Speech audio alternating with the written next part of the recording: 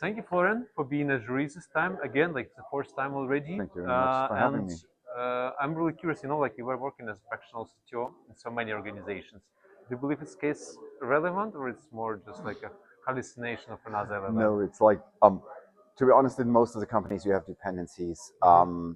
Just there is just not such an isolated problem that there is something that you can like completely separate from everything else that just usually don't exist. You always have dependencies.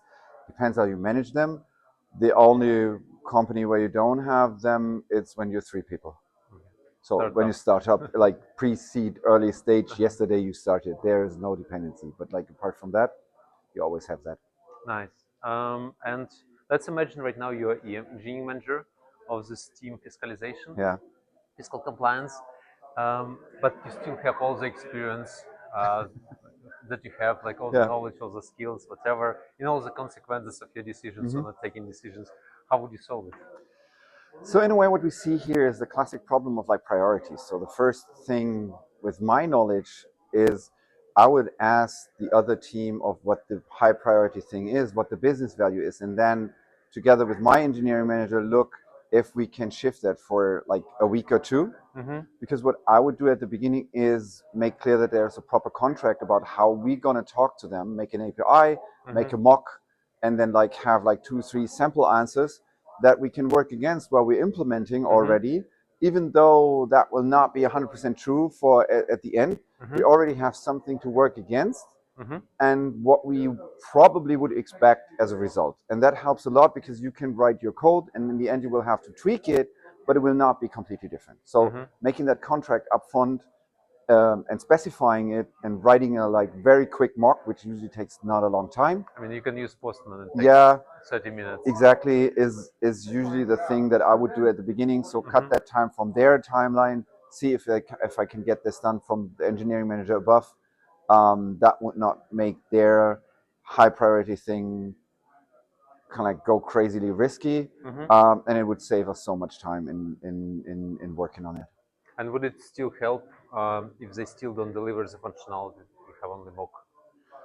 In the end, you can then say, yeah, we have finished, but like, but what does it take? If it's not live, it's not business value. Yes, but exactly. In that way, when you go like further down the road, you should have checkups with like what is our expectation of when they're going to be finished, having a look at their roadmap. Is that still feasible for us to do with the work that we still have to be done? So having regular checkups with them, like bi-weekly, 20 minutes with the engineering manager to see like that this is properly communicated, would help a lot to do the expectation management. Okay, yeah, thank you. And what's the next one? How would you what is there any other way? What would you do differently than this engineering manager? So as I said, like waiting for like, oh, they're gonna finish it someday and then I'm gonna start, it's just not making it. It's never, you should never wait for something to happen that blocks you from things. You have to raise that, look, we have to do something that is 60% of our capacity and we haven't even started yet. After 30% of the time, it's clear you won't make it anymore. So you have to raise the bar and so like, look here, this is 60% of what we should do in the next quarter. 30% is already gone and nothing happened. So either we have to work on it now or it's not going to be there. So the earlier you raise the concern, the better it is, because then decisions can be made to change that. And again, having an understanding of what the business value about is, like how much money you want to make with what you do and what they do, usually helps in that discussion. Okay, just prioritize between teams. Yes. It's always a question about cost of delay what's the very cost of the delay, money we expect from that feature to come in. It's kind of a decision in terms of like, if you don't make these 200 euros, we make that 500. It may be that we don't make these 200 because we want to make this 500. And that's fine. It's a decision that business has to make, but they have to know that it exists. Yeah, nice. And what do you expect from engineering managers when they do escalate the problem to you? Solutions.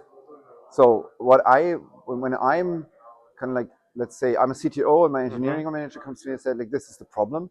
what I expect that he comes with like, we have 3 possibilities to solve this. This is this one that would have that impact. This is this one. This would have that impact. So that he gives me something to decide and not let me dig into the problem and then come up with like 5 ideas. I want to get something that I can have a look at and then make a educated decision or a business decision or a decision that I can make because I have the broader look over like more than of these departments, and that's what I need.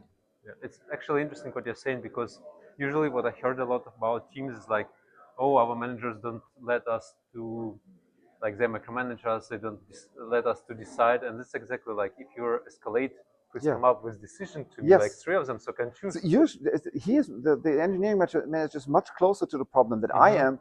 What I would have to do if he doesn't come with solutions is I have to start digging. That's micromanaging. I'm going to ask 50 people, like, what is the problem?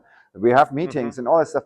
If you come with solutions, you give me the opportunity to operate. It's not just you. I have 5 other teams, so I can't start digging for 3 weeks. Otherwise, I neglect them. So the real thing is showing that you understood what the impact about is for the business, and you present me solutions that tell me what that is. Then I can still say, I don't think so. Let's dig into that. But if I have something to choose, it's much easier. Much easier. Yeah, sounds good. And can you just name maybe a couple of the principles that you would use here to solve it, and then just one or 2 books? So I usually service teams is something that they already had in a way. I usually build teams in a way that they treat everyone outside of them as a customer. So that means the documentation, like it would be someone buying your service. And that shapes a bit more, because sometimes you have this like, it's internal. We don't have to have communication or like documentation because we talk to them. The more you do that, the easier it is for every other team to work with you. And whenever you have a dependency, the first thing I do is I write a contract. So we expect this to work that way. We expect the data from you to be this way. Is that fine for you? We both write mocks like for each other in like a quick time, so that we have something to play against. And then later on, you're going to fill that out with how it's really worked. We're going to integrate a bit, and it's going to be like not exactly as it should be, but it gives me an understanding of how the system is going to behave, and I can react and act on that. Yeah. And any book? Yeah. Book, I looked into my cupboard, and there is one that is called Team Topologies from Matthew Skelton, which is really good. There is the Phoenix Project, which is one of the best one I ever read. There is the Leader Dilemma. The German title is weird, is because like it's the Queen something. It's one where a leader is allowed to build 3 times the same company, but like with different leadership principles. It's not directly to this, but it's like very nice in terms of seeing that it's a bit like, the word.